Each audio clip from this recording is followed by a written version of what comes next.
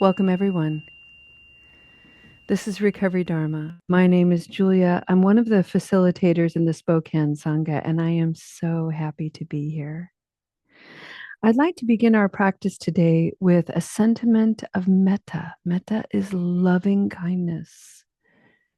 It's one of the 4 limitless qualities that we are invited to cultivate.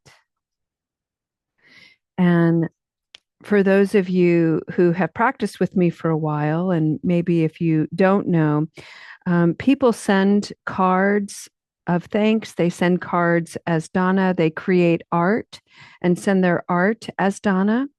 And many people know to keep the backside blank because I'll cut up the art, not out of disrespect, but out of respect and reclaiming and making anew. And I write sentiments of metta on the back. And look at this one. This one was sent to me on a card made by one of our Sangha members who's here today. And I love that pointing, the hand pointing. And it's so perfect for our practice today because we've been talking about duality. We've been talking about duality as it relates to the first noble truth, which there is suffering. There is discomfort. There is upset. There's so many ways to think about that word suffering. And while that is true, the truth is that there's also comfort. There's ease. There's peace. There's always both. And so it's really a practice of understanding the discomfort and the comfort well enough to find that harmonized, supple space. So this particular drawing, this hand, it's pointing in one direction, but remember, there's so many degrees to this pointing finger that we can change the direction at any time. Isn't that empowering? We have the power to change the direction of what we're pointing at any time. I just love it. This one reads, I'll be able to read it. I can hear Lo giggling because I don't have my glasses on. There it is. All right, here we go. This one reads, may my creativity flow like water, carving new channels of life. May my creativity flow like water, carving new channels of life. Oops. Okay, friends. I love that.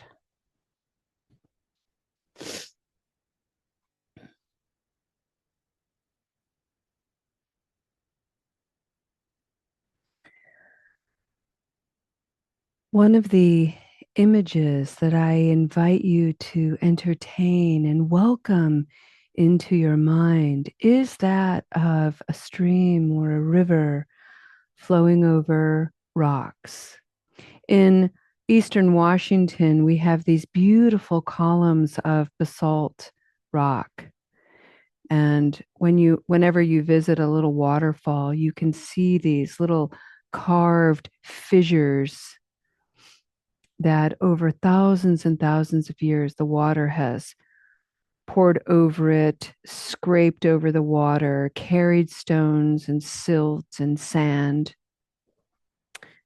and gradually worn away these little grooves, these little channels. In some places, the stone is worn smooth.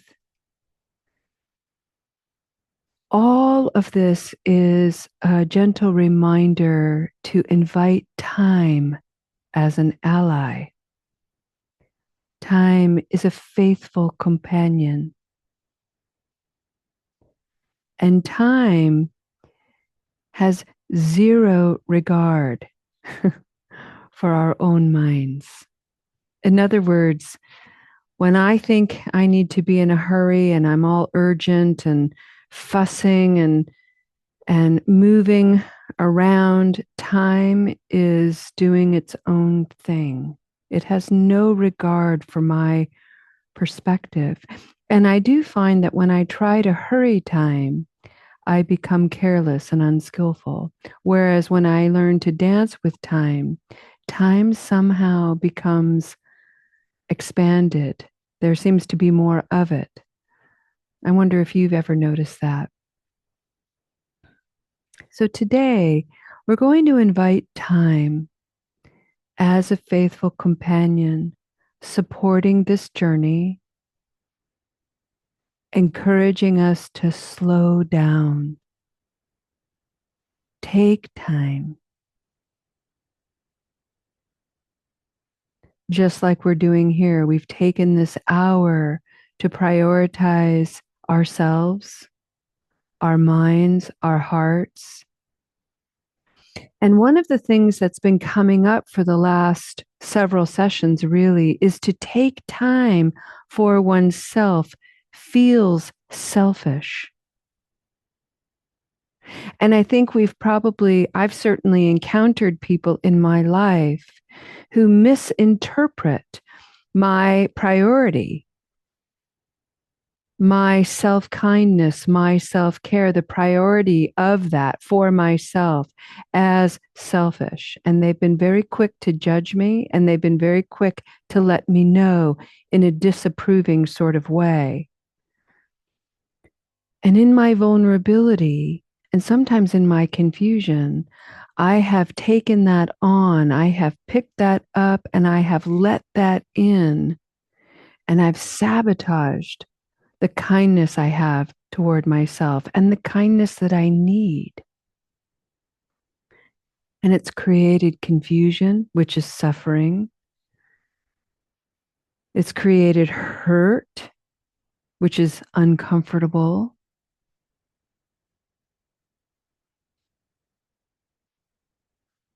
And it would be so easy for me to blame the judger, that person, for being unskillful or unkind, which is true.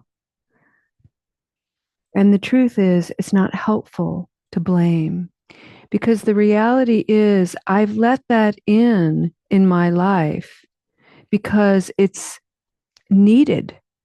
I need to understand the conditions of that judgment.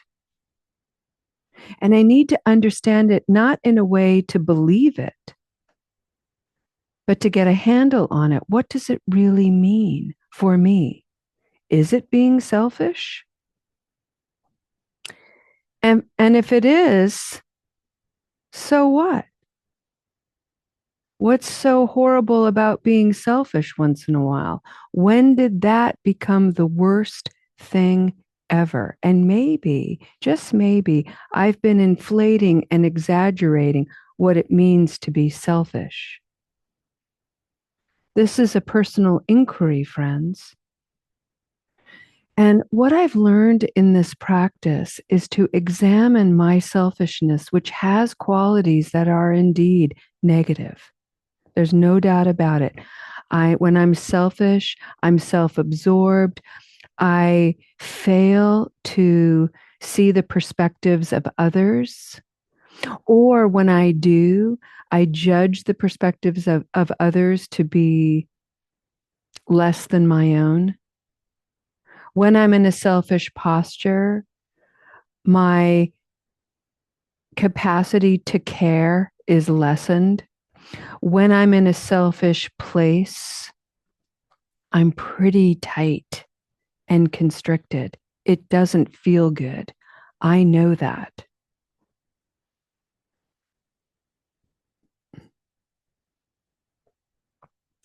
When I put myself first, however, with the commitment to understand my feelings, to practice being an observer and look at myself and notice, ooh, Julia, darling, that was unskillful. What can we do to improve that situation? How can you repair that for yourself and with whom the person you are interacting. I cannot gain access to that understanding if I'm not spending time with myself. And that understanding feels good. It opens me up. It broadens my perspective. I suddenly have access to compassion to myself and therefore compassion to others. I don't find myself so defensive. I don't find myself so argumentative. I'm not so righteous and incredulous. But I cannot gain access to this understanding if I don't prioritize myself.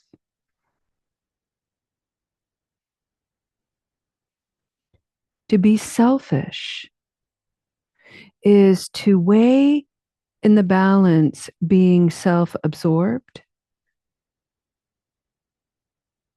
to the point of negativity or to become self aware to the point of expansion.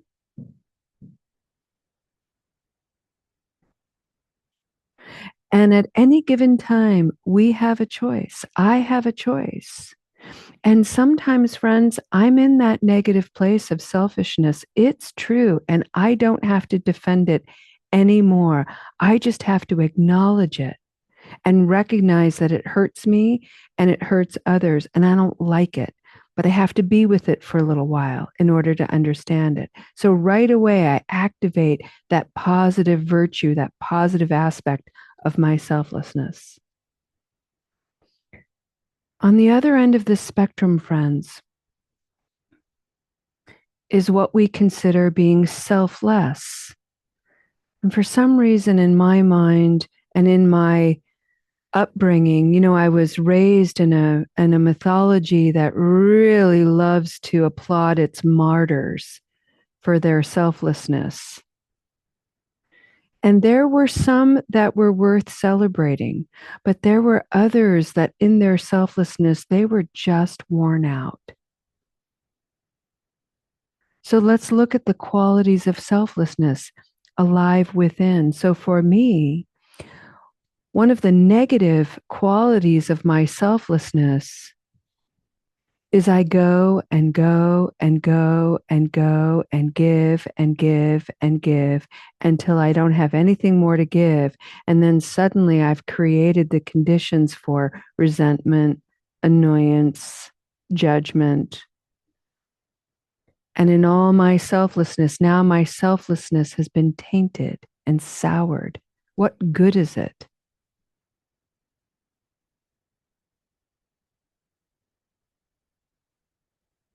And then the other aspect, its opposite, is when I am fully replenished.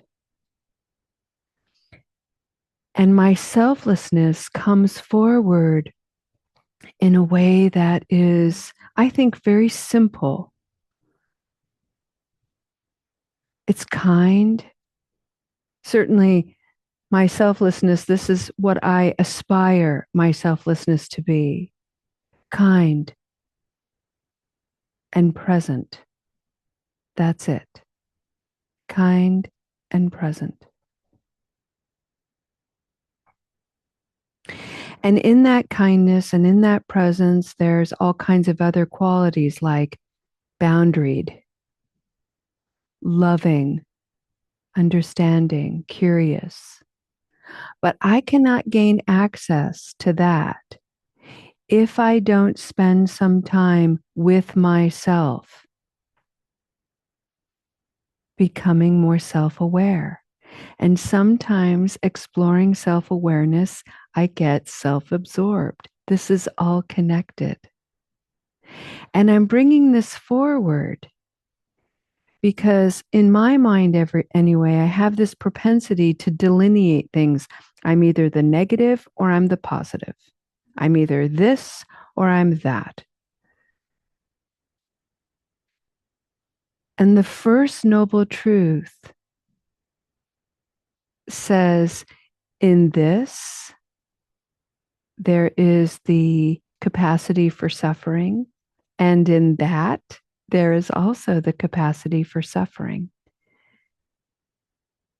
My understanding of both is what leads me to alleviate my discomfort.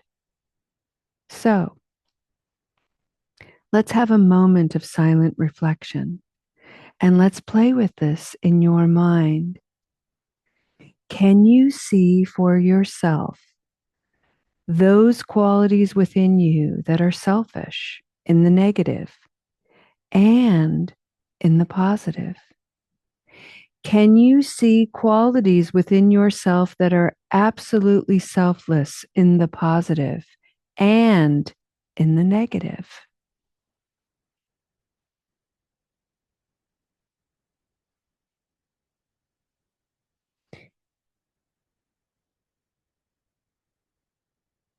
And as you conclude, as you see, as you notice, the middle way in between that's in motion, kind of like the water making a new groove in that stone. That middle way is a gentle reminder that if it could speak, it would say, I am a whole human being. These qualities, all of these qualities and more, make me a whole human being.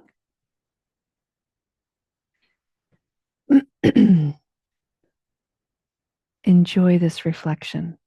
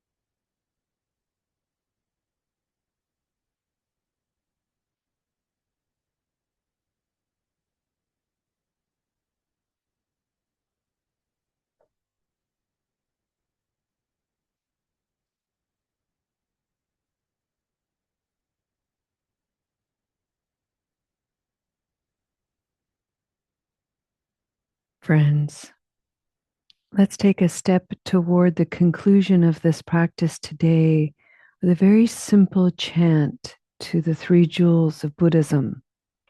If you know this chant, you can join me. It's very simple. It's Namo Buddhaya, Namo Dharmaya, Namo Sanghaya. And basically, this is a chant recognizing that we bow to these three jewels as a way of showing respect, not only to these three jewels, but how these three jewels come alive in our own lives. So while we're bowing with reverence toward these three jewels, we are also receiving this reverence as well. Taking a deep breath in. Namo Buddhaya. Namo Dharmaya. Namo Sanghaya.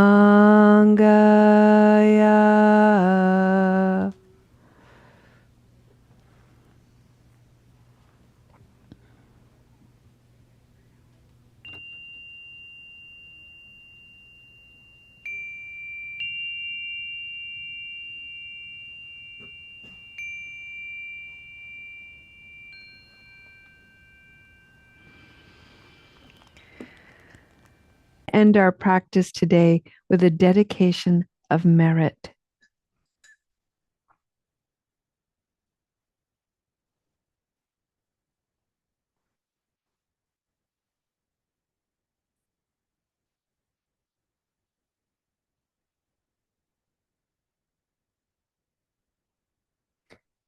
Turn your gaze inward and see if your gaze can gently land at the level of the heart. And may you feel your heart soften and open. And maybe just rolling your shoulders ever so subtly back will allow the heart to lift.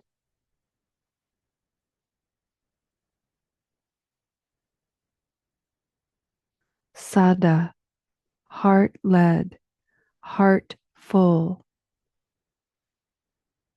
Recognizing that we are each of us the heartbeat to this life.